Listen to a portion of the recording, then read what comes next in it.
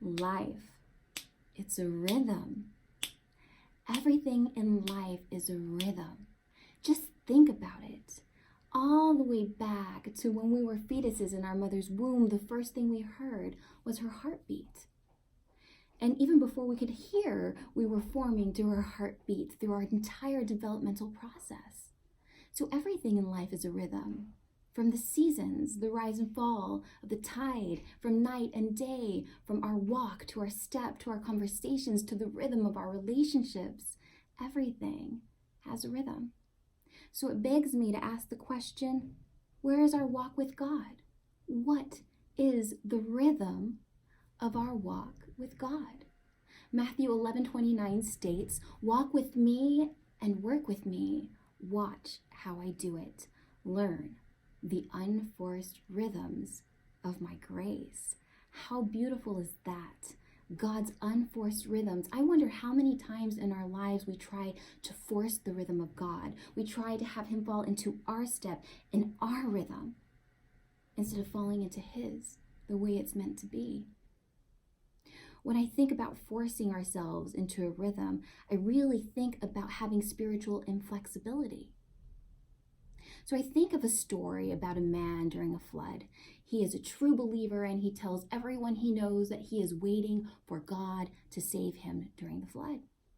So as the water starts to rise, a pickup truck comes along and says, "Hey man, jump in. It's going to get really bad. You're not going to survive this. Come on, let's go. Let's escape." He goes, "Nope, I'm waiting for God to save me." So then the boat comes by as the water continues to rise. And as the believer he is, he turns to the man in the boat and says, "No, I'm waiting for God to save me." Finally, he's at the top of his roof and the helicopter comes and says, "Come on, man, get up here. Come on, get up here." He goes, "Nope, I'm waiting for God to save me."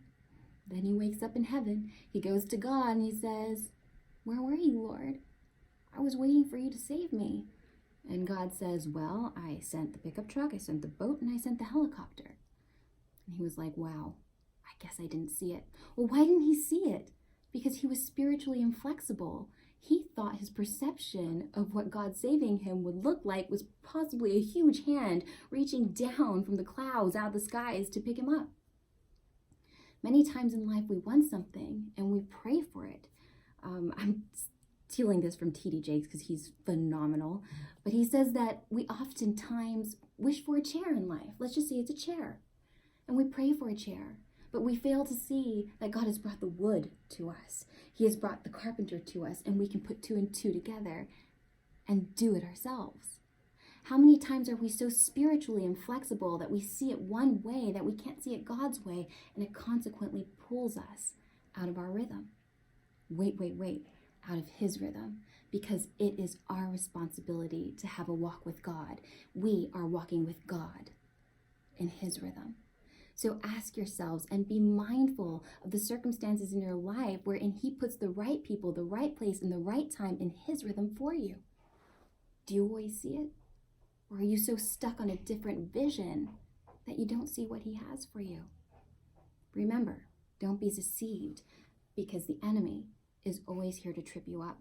He is always trying to mess up your rhythm. But if you put God first and pray about the path going forward for you, you won't miss the rhythm, because you'll see it from his perspective as long as you pray on it. All right, everyone, I hope you have a blessed week. Push the love forward.